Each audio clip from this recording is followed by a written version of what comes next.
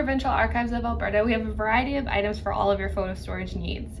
You can shop online at www.provincialarchives.alberta.ca/shop, or you can contact the Archives Retail Services Coordinator for any advice that you may need on your photo storage needs. First of all, let's talk about gloves.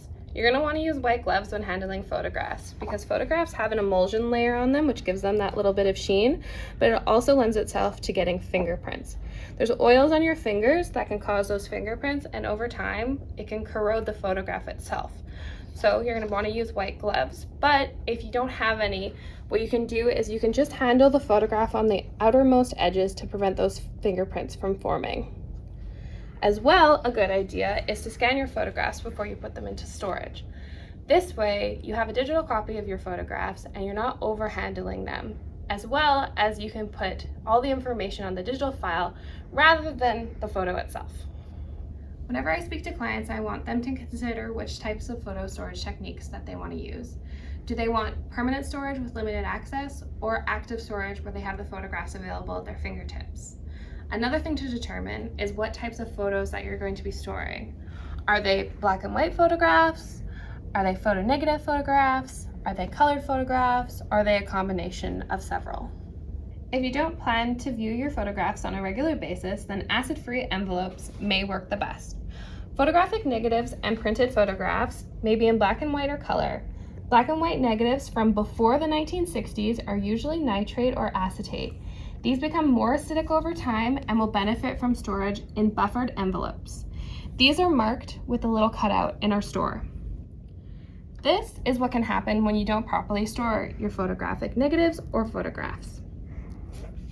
Color negatives should be stored in unbuffered envelopes, which is marked without the cutout in our store, or polypropylene, as buffered envelopes have an alkaline reserve that can affect the chemistry of a color printer negative.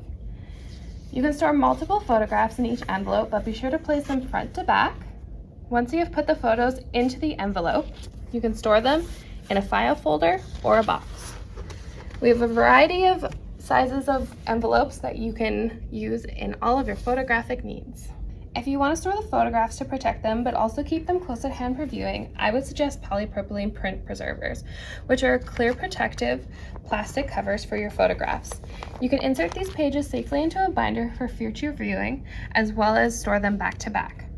You can also use larger polypropylene envelopes for your larger typed items. Another active storage that you may have around the house is a photo album. Some images on photo albums, such as pictures or newspaper prints, can be glued or unable to be removed from the photo album itself. For these, I suggest using acid-free, unbuffered, archival tissue paper between the pages. That way, your photographs are protected and they won't stick to one another. If you're looking to mark or label your photographs, you can use our Stablo marking pencils.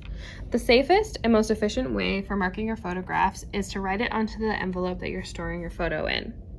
However, if you're looking to label the photo itself, you can write softly on the edges of the photograph the information you want to provide. Just make sure you don't write it into the center of the photograph, as the writing can come through onto the other side. If you're storing your photographs in a plastic sleeve, then you can easily write on the plastic sleeve itself. No matter what photo storage technique that you choose, you need to make sure that you keep your photographs away from sunlight as well as water. So when you're viewing your photographs, make sure that you're viewing them only in artificial light, as well as when you're storing them, make sure that they're nowhere near where water can get them, such as up on a high shelf. Check out the links below for a link to our shop, as well as our YouTube page for other informational videos.